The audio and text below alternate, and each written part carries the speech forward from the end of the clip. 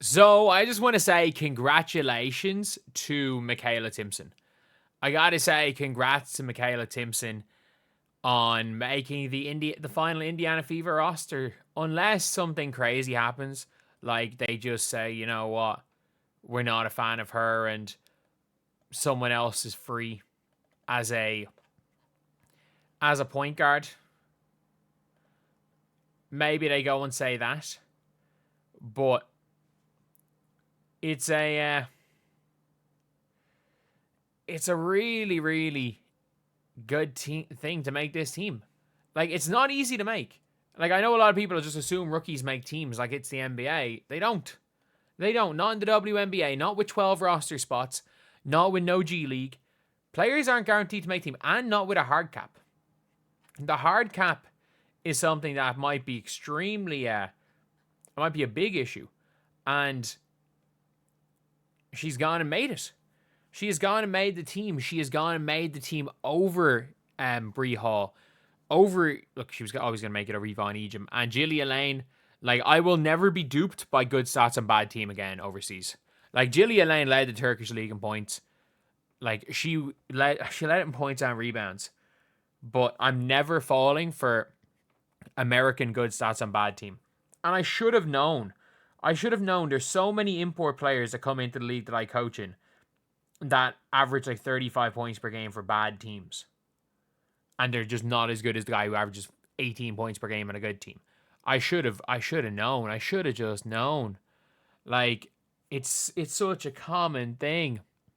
But yeah, it's good to see Makayla Timpson being on the roster. And I think from the day she was drafted, like, I did not expect her to be there for the Fever. I did not expect her to be there back in the day. Back in the day. It was a month ago for the draft.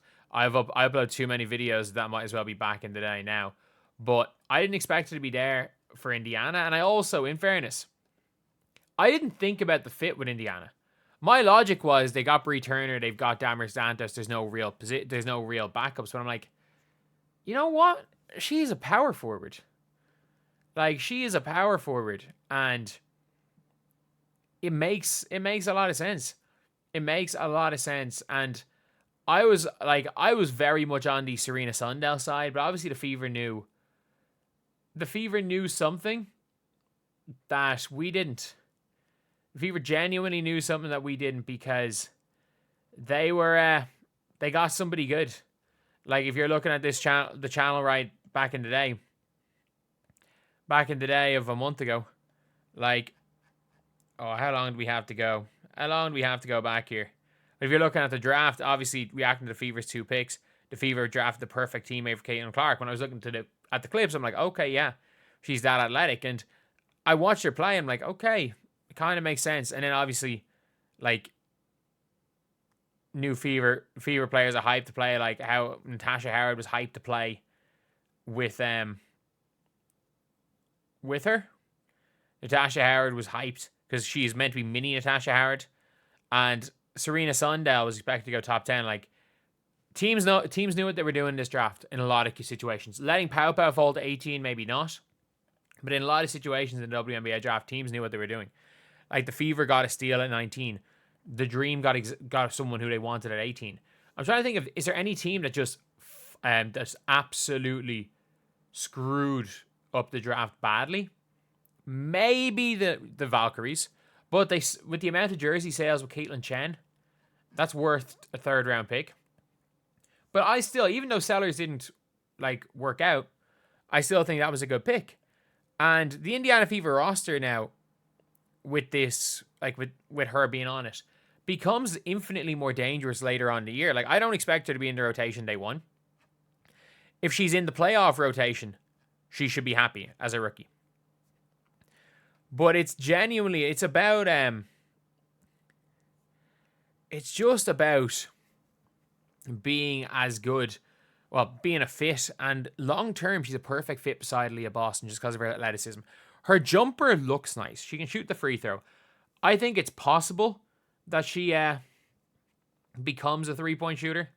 I don't think it's going to happen in any way, anytime soon.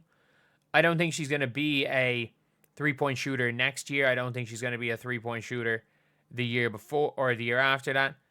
I don't think she's going to be a 3-point shooter in year 3 or like anytime soon. But she can still run. She can still run. She can still jump. And she's a perfect final roster spot for the Fever. She's genuinely a really, really, really good player for them. And again, not easy who she's beaten out. And I think long term she's going to beat out Bree Hall.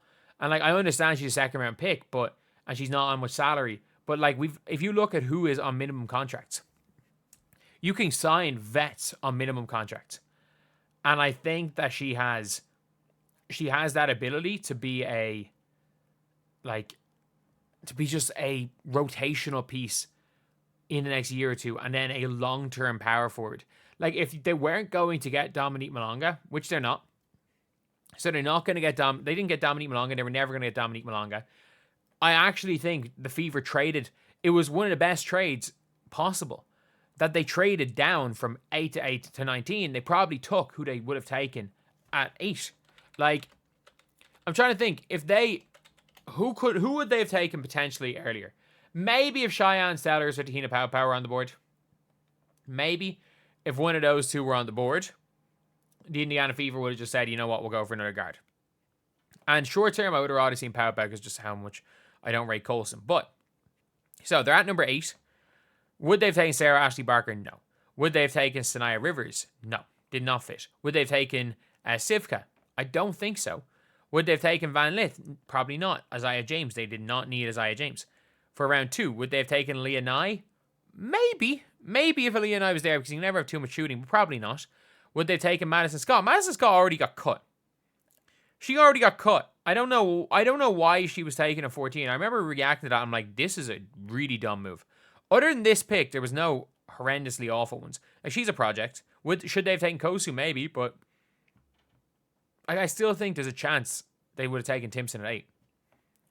Because there's a chance she could have gone there. Like, if you saw this draft and you saw a lot of mock drafts, like, you would have seen Juste Jacite going anywhere from 5 to 15.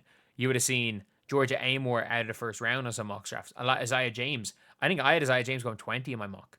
Or maybe I had her going to the Fever in my mock. She went first round. And some people had Isaiah James mocked at 4. Like, it was just crazy.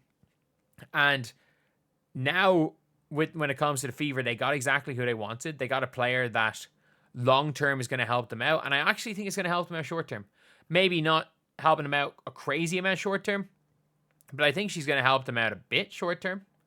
And if you can get any short-term help from a second-round pick, if you can get short-term or long-term help from a second-round pick, you know you've struck gold in the lottery. Let's be real. If you can get either short or long-term help from a second-round pick, that's all you need. That is all you need, because it's weird how many second-round picks are going to make the draft, make it this year, whereas very few did last year. And in a league of 150-something players, if you can get any production out of a second-round pick, and they've got someone who is looking like they could be a building block for the future in the second round, which is an incredible, incredible pickup for the Fever. And they did the smart thing by taking her over Jaylen Brown. And again, I don't think Jaylen Brown had a bad showing for herself in preseason. However, I do think that people are like, oh, they'll sign Jaylen Brown back in a month. Don't sign Jaylen Brown back in a month. Sign a point guard in a month. Please, be smart. There's going to be an elite point guard that got cut from a team. Like, heck, give me freaking Crystal Dangerfield at this stage. Like, if you're that stuck, give me her over Sydney Colson.